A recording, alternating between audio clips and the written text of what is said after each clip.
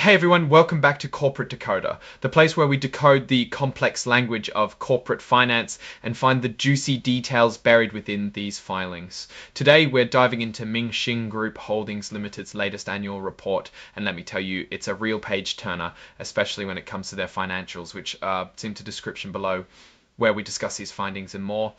So Ming Shing Group Holdings Limited, they do wet trades, works like plastering, tiling and bricklaying in Hong Kong. It's a business that relies heavily on the construction sector and property market there. They operate through subsidiaries in Hong Kong and are incorporated in the Cayman Islands. They're also a pretty small company, which can mean big swings in their numbers. Let's jump straight into the numbers.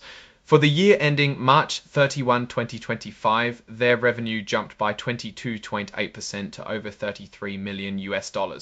That sounds good on the surface, but here's where it gets interesting. Their cost of revenue shot up by a massive 56.4%, reaching over $35 million US.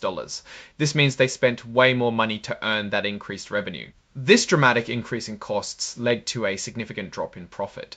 They went from a healthy profit of over $5 million US in 2024 to a gross loss of over $1.3 million US in 2025. That's a huge swing, meaning for every dollar of revenue, they were spending more than $1 to make it, which is never a good sign. Their gross profit margin went from a positive 18.5% in 2024 to a negative 3.9% in 2025. In simpler terms, they were losing money on every project they completed that year. The report mentions variation orders and unexpected delays as reasons, but losing money on core projects is a major red flag.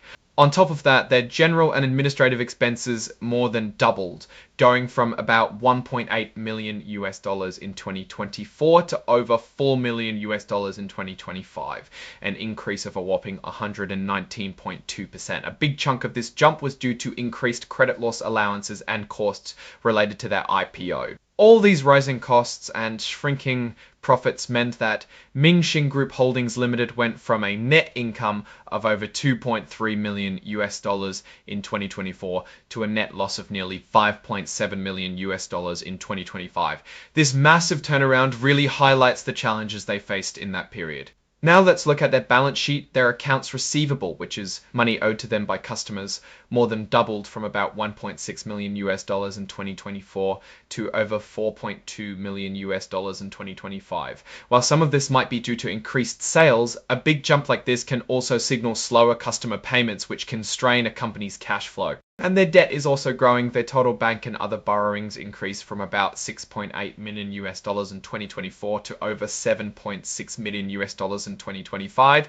This increasing debt, especially when combined with shrinking profits, can make a company more vulnerable. This shrinking profitability and growing debt is really showing up in their cash flow. For the year ending March 31, 2025, they used nearly $8 million US in operating activities. Compare this to 2024 when they generated over $2.4 million US from operations. This dramatic shift from generating cash to burning through debt ride nearly $8 million US really shows how much their financial health deteriorated in that year. The company's mission is to become a leading wet trades works services provider, and they aim for quality and timely delivery. However, their financial performance in 2025 clearly shows they are struggling to meet these goals profitably right now. Their strategy involves expanding market share by acquiring more equipment and enhancing their brand, but with current losses and increasing debt. Funding these ambitious plans might be a challenge, and the risks are certainly there. They are highly dependent on a few large customers, with their top 5 customers accounting for nearly 75% of their revenue in 2025. This reliance on a few clients is a classic risk. If even one of these major customers decides to take their business elsewhere or reduces their orders, it could have a severe impact on Ming Shing's revenue. They also face risks from potential cost overruns on projects and labor shortages in the Hong Kong construction market, which could push costs up even further. Looking at who controls the company, Mr. Chi Ming Lam is by far the largest shareholder, owning over 81% of the company's shares. This gives him a lot of control over important decisions, which can be good if his interests align with other shareholders, but it also means minority shareholders have very little say in how the company is run. Let's glance at how much executives are paid. For 2025, their CEO and chairman, Mr. Lee, received compensation, while Mr. Lam, the director and former CEO, received about $86,000 for the year. The chief financial officer, Ms. Lin, earned around 130 Huai, but it's important to see how they align with the company's actual performance, which, as we've seen, has taken a hit.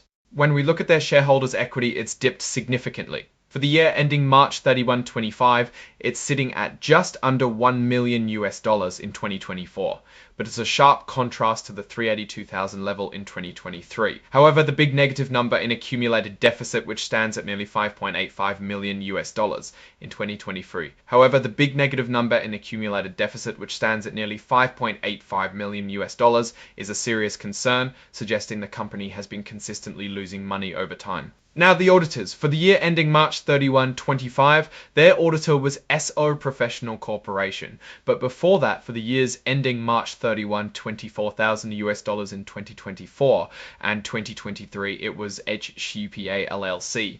The company swapped auditors in April 2025, so SRCO is the one signing off on the latest year's numbers. The fees paid to auditors were around $150,000 in 2025, so SRCO is the one signing off on the latest year's numbers. The fees paid to auditors were around $25,000 to $25,000 in 2025, and $25,000 in 2025, and $25,000 in 2025, and $25,000 in 2025, and $25,000 in 2025, and $25,000 in 2024. So what's my take on Ming Shing Group Holdings Limited? They've clearly had a challenging year in 2025 financially, with revenues up but costs soaring and leading to significant losses and a shrinking equity. Their reliance on a few major customers and the increasing debt are considerable risks. While they have a strategy to grow, the recent dip in profitability and cash flow from operations raises questions about their ability to execute that strategy effectively without further external funding, which could dilute existing shareholders. They need to find a way to control their costs and improve profitability on their core projects, especially the public ones where they're currently losing money.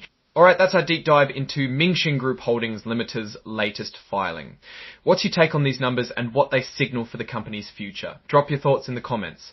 If this analysis was valuable, hitting that like button really helps, and subscribe for more deep dives. Don't forget to check out the Discord in the description. Thanks for watching. See you next time.